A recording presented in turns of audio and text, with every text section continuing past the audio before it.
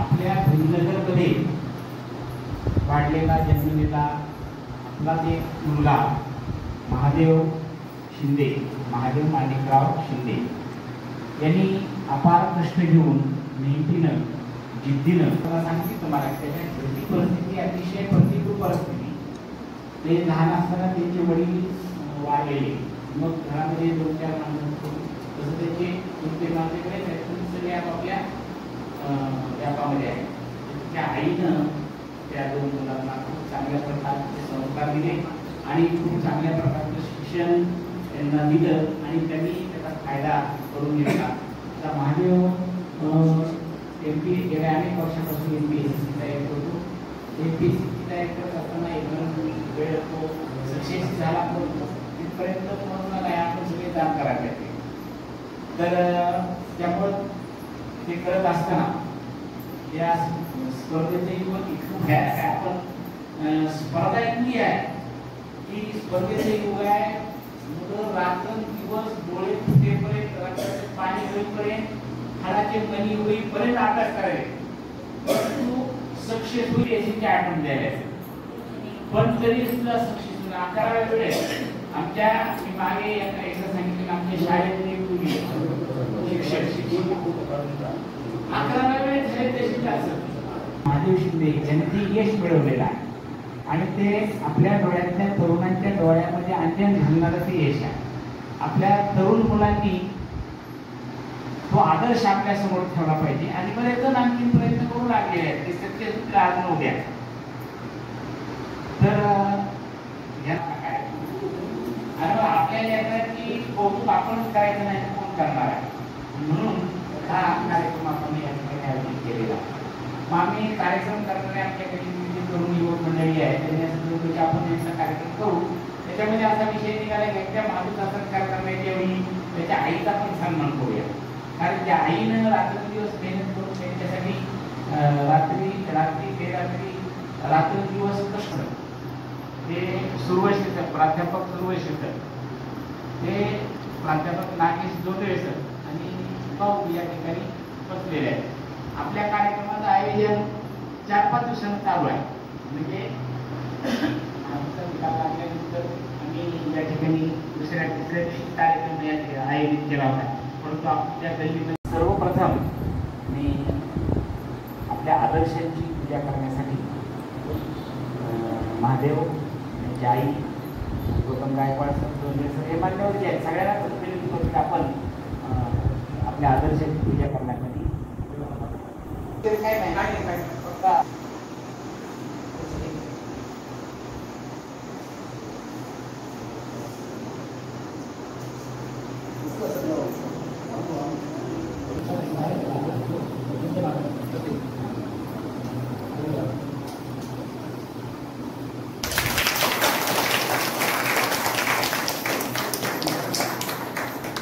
भगवान बुद्धांचा, डॉक्टर बाबासाहेब आंबेडकरांचा,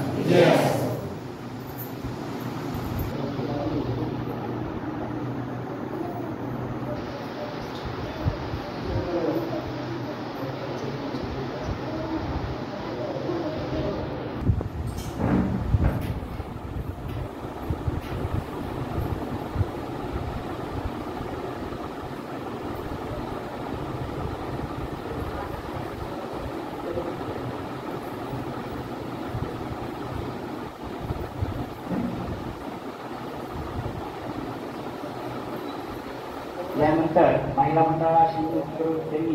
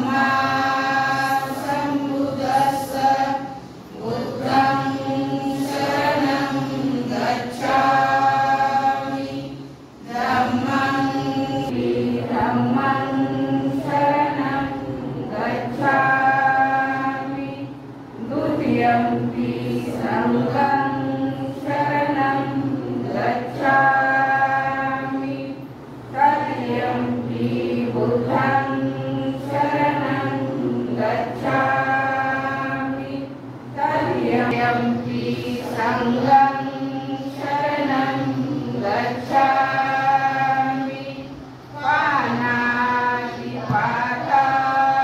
वेरमणि सिक्खापदं समादियामि अदीनदाना वेरमणि सिक्खापदं समादियामि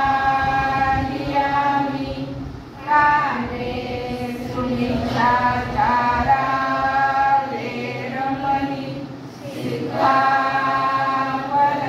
समादियामि मुसावादा वेरमणि सिक्खापदं समादियामि सुरामेरयमद्यपमादठाना वेरमणि सिक्खापदं समादु साधु।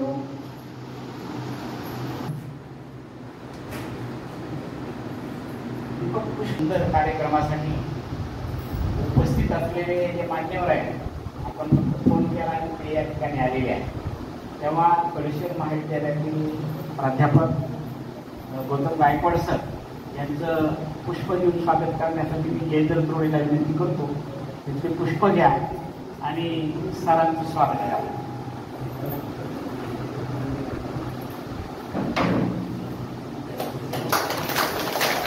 यांचं स्वागत करण्यासाठी मी माऊली वैद्य यांना विनंती देऊन स्वागत करा.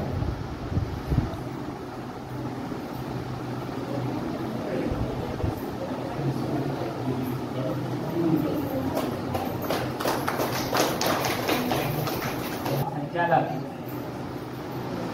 प्राध्यापक नागेशजी जोंधळे सर यांचं स्वागत करण्यासाठी सुभाष ताटे,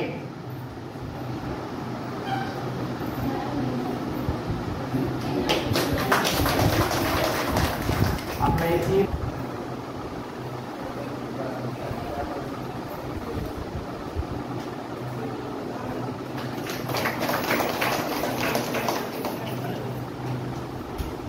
सक्सेस झालेला आहे. महाराष्ट्रामध्ये फक्त 12 जागा होत्या. महाराष्ट्रामध्ये फक्त 12 जागा होत्या आणि त्याच्यात 4था नंबर आहे. 4थ्या नंबरला चौथ्या क्रमांकाला. आता एक किंवा 1.5 महिन्यामध्ये प्रोसेस कंप्लीट होईल. डिटेल पोस्टिंग वगैरे नागपूरचा आहे आणि त्याचं जे सक्सेसनेस आहे त्याच्याबद्दल आपण त्याचं अभिनंदन करण्यासाठी, त्याच्या पाठीवर थाप मारण्यासाठी, शाबासकी देण्यासाठी सगळे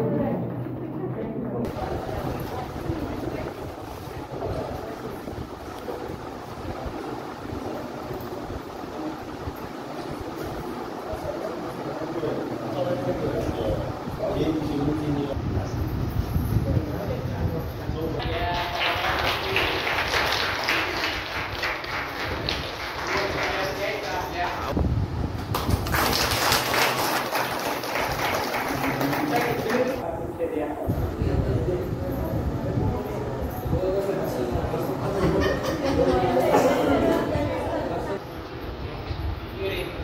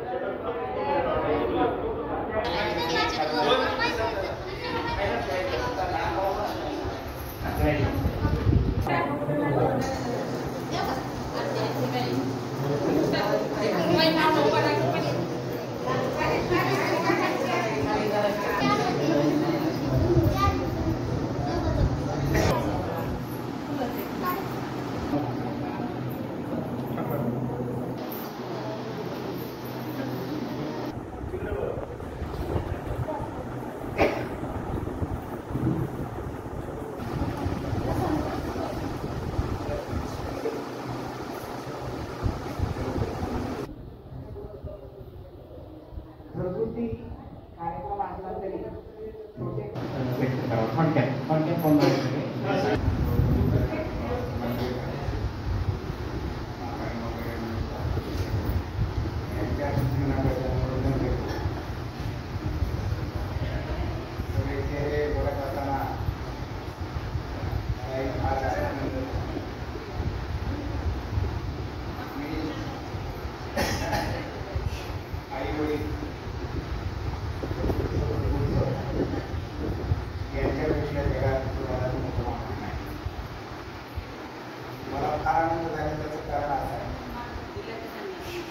माझं आईवर प्रचंड प्रेम आहे.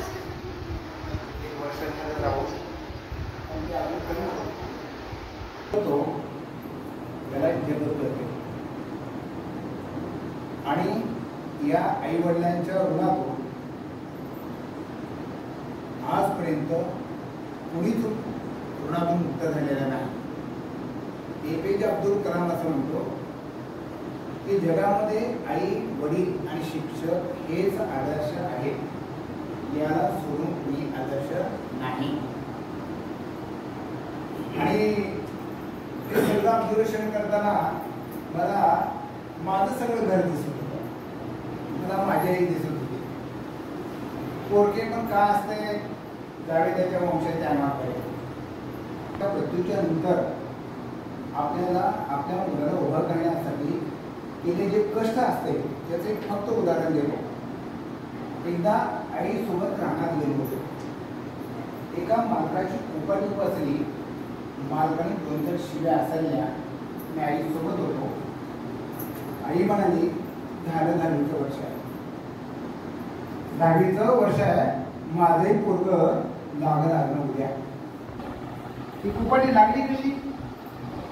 एका संस्थेमध्ये माझे संबंध असल्यामुळे एक जाहिरात आली होती आणि जाहिरात आल्यावर ती गावाकडच्या माणसाने बघितली त्या आणि त्याने मला फोन केला, मी गावाकडे येत आहे असं म्हणाला.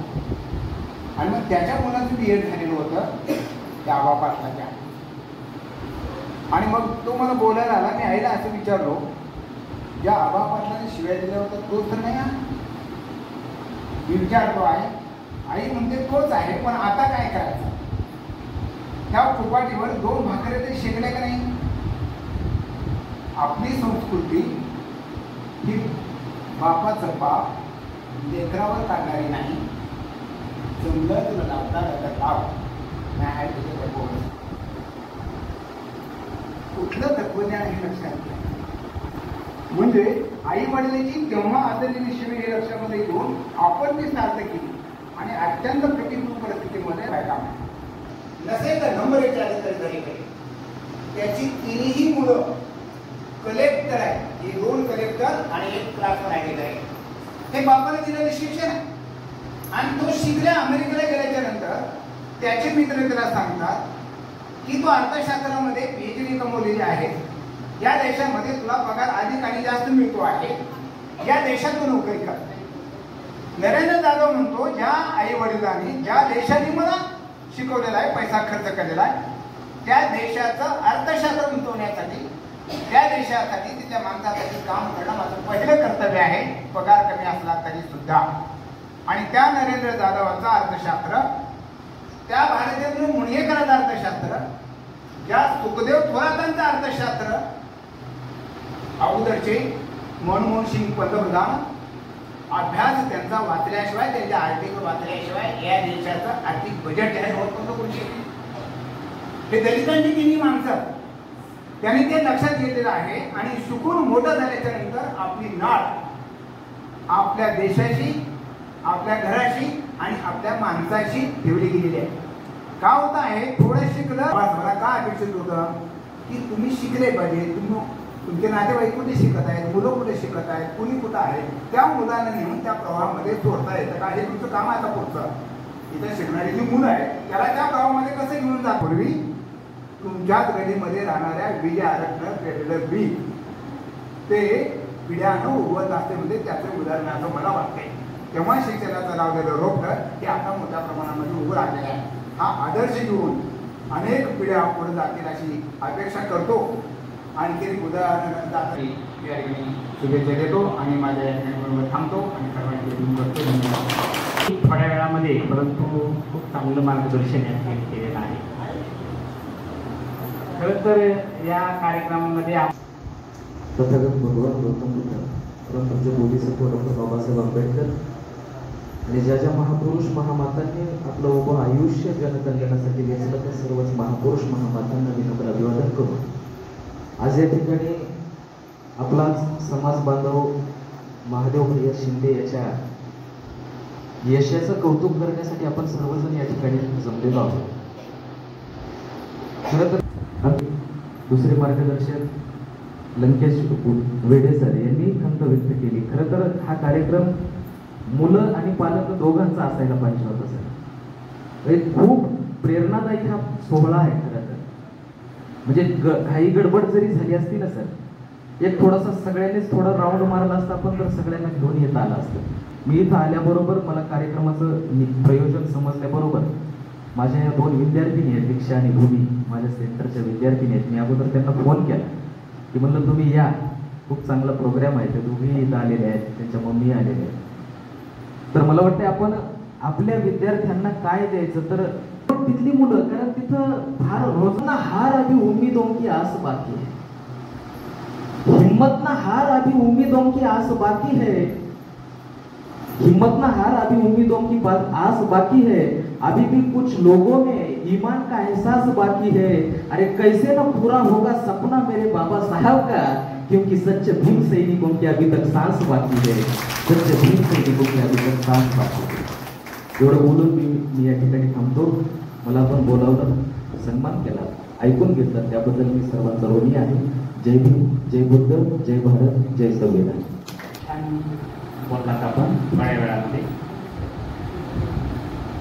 हे मार्गदर्शन या ठिकाणी तत्पूर्वी जोगळे सरांचं मार्गदर्शन होण्या अगोदर मी महादेवला शिकलेली पद्धती त्यामुळे 2 शब्द या सरकारला उत्तर म्हणून तुझं काय मनोगत आहे, तुला काय वाटतंय, तर याच्यासाठी 2 शब्द बोल.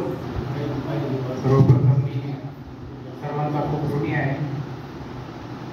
माझ्यासाठी हा खरंच भावनिक क्षण आहे, कारण जे पण घडले ते फक्त मला माहिती आहे, पण ही जी कौतुकाची थाप आहे त्यानं माझं सगळं दुःख एका क्षणात वाहून गेलंय असं म्हणायला पण काही वाटतं.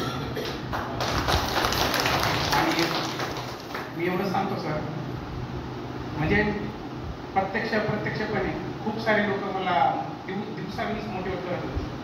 त्याच्यामध्ये प्रत्येक गलीतल्या एका सदस्यापासून, लहान मुलापासून ते एकदम वयस्कर बायकापासून ते प्रत्येक माणसापर्यंत मी काही ना काही डायरेक्ट इनडायरेक्ट घेत होतो. हे मी आज तुम्हाला इथून सांगू शकतोय, कारण का प्रत्येकामध्ये काही ना काही होतं देण्यासारखं आणि ते मी घेत गेलो. आणि त्याच्यामध्ये सगळ्यात जास्त मला म्हणजे आज एक क्षण आहे की माझ्या आईला थँक्यू म्हणू शकतोय, कारण तिला मी म्हणजे आपल्याच म्हणजे ती तेवढं माझ्यामध्ये ही नाही की मी आईला समोर जाऊन बोलू शकेल. म्हणजे माझ्याबद्दल खूप म्हणजे आदर असते, पण मी तिला बोलून दाखवत नाही. पण मी तिला थँक्यू म्हणतो, कारण तिनं जे मेहनत घेतली सर, आणि त्याचाच मी एक शिखरावर आहे. त्या शिखराच्या पायथ्यामध्ये हे सगळे पुरलेले त्यांच्या कष्टाने मेहनतीनं होत आहे.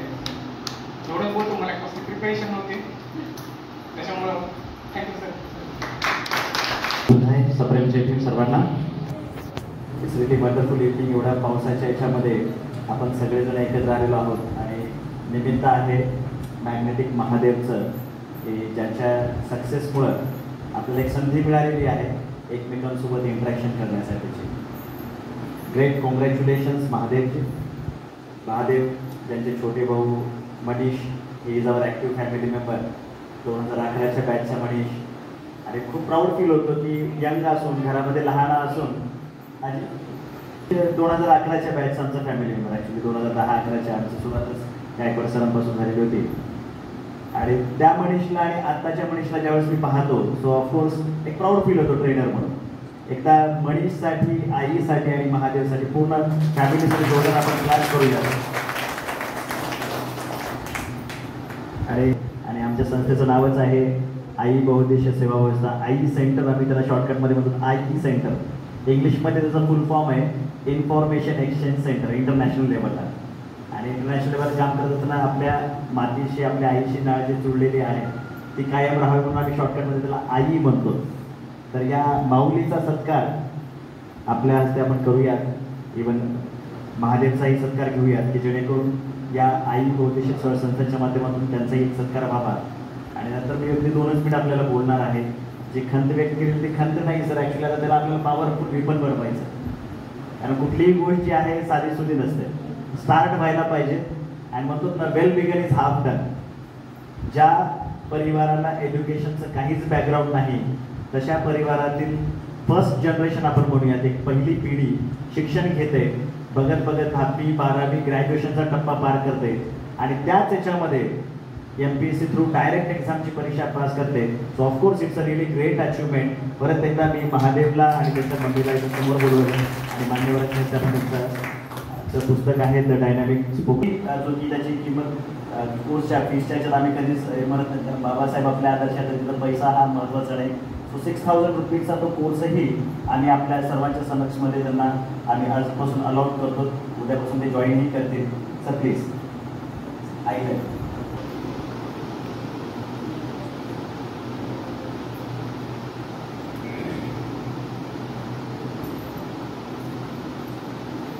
आहे त्याला जगामध्ये पण डिमांड आहे, केवळ भारतातच नाही. आज ज्याला सिम्बॉल ऑफ नॉलेज म्हणून ओळखलं जातं, त्या व्यक्तीला वर्गामध्ये बसून सुद्धा द्यायला जायचं नाही, पण त्यांनी एवढं शिक्षण प्रामाणिकपणे घेतलं. जे म्हणतोच ना की आपण कुठली गोष्ट साध्य करण्यासाठी त्यासाठी आपल्याला काय करावं लागतं, की डिवोशन द्यावं लागतं. काही शब्द थोडं मराठीतले थोडं चॅलेंजिंग जातात. डिवोशन म्हटल्याच्या नंतर आय बिलीव्ह येस सर, समर्पण. करेक्ट. कुठलीही गोष्ट करायची म्हणजे आपलं डिवोशन लागतं. तेवढं मनातून जर समर्पण असेल तर आपण त्याच्यामध्ये सक्सेस मिळवू शकतो. ते महादेवने दाखवून दिलं. कारण केवळ आईची मेहनत, भावाची, फॅमिली मेंबरचा सपोर्ट एवढंच नाही तर कॉलनी वासियांचा, सरांनी जसं म्हटलं की खरंच हा अगदी फॅमिली प्रोग्राम वाटतोय. त्यामुळे सरांनी म्हटलं आम्हाला यायची पण इच्छा होते की चला आपण जायला हवं. पाऊस पडत काही असू द्या, that is the secondary part. पण आपण सगळेजण एवढ्या कुतूहलानं ज्यावेळेस महादेवला वेळा भरवत होतात, त्याचं कौतुक करत होतात. It was really great moment. एक लॉंग लास्टिंग मोमेंट, आपल्या सर्वांचं आयुष्यमान वाढवणारा हा मोमेंट आहे. आणि याच माध्यमातून शिक्षण घेणं कधीही थांबू नये याची मला तुम्हाला सर्वांना रिक्वेस्ट करावीच वाटतं. काही दिवसापूर्वी मी सहज फोन केला होता, म्हणजे कुठेतरी एज्युकेशनच्या बाबतीमध्ये आपण खरंच पाठीमागे पडतोय सर. ज्या कास्टचं तुम्ही नाव घेतात, ॲक्च्युली आपण बौद्ध आहोत आणि बौद्ध कुठल्याच कास्टला बाकीच्या गोष्टी मानत नाही आणि कुणाची कास्ट सुद्धा विचारत नाही. हा खरा बौद्ध आहे, हे तेवढंच खरं आहे, राईट. पण ज्यावेळेस आपण थोडंफार कास्टिझम नाही तर बंदूक घे. बघा, बंदूक घेऊन कुणाचं आयुष्य चांगलं झालेलं आहे का? आपले मनपूर्वक शुभेच्छा. आणि आपण भीमनगरचे सगळे वासी रात्रीचे 10 वाजले काय ना 11 वाजले आपल्याला घरी सुद्धा कळत नाही, एवढं आपण तल्लीन होऊन जातो एखाद्याच्या सक्सेसमध्ये. आपल्या सगळ्यांसाठी जोरदार क्लॅप. Thank you very much. याच्या पुढे देखील काही मदत लागत असेल from our eye centre family, आमच्या आई सेंटर फॅमिलीकडून वी आर ऑलवेज देअर. फक्त एक जाताना म्हणावंसं वाटतं, मंजिले तो यूं ही मिल जाएगी चलते चलते, मंजिले तो यूं ही मिल जाएगी चलते चलते, मगर अफसोस तो उनसे है जो घर के बाहर निकलते ही नहीं. Thank you so much. संपूर्ण जगाचे विश्ववंदनीय बाबासाहेब आंबेडकर, गौतम बुद्ध यांना किंवा अभिवादन. खरं तर होतोय आणि काय केल्यावर हा सन्मान मिळतोय, हे सन्मान कोणत्या बाजारात करोड रुपये देऊन सुद्धा मिळत नाही. जो हा सन्मान समाज या ठिकाणी आपल्याला देतो, तर तो सन्मान घेण्यासाठी काय करावं लागतं ही आपल्या पूर्ण विद्यार्थ्यांकडून जे काही गौरवबिंदू शब्द दिले होते ऐकण्यासाठी जे पोतपूर मुले ते या ठिकाणी पाहिजे होते, ते उपस्थित नाही.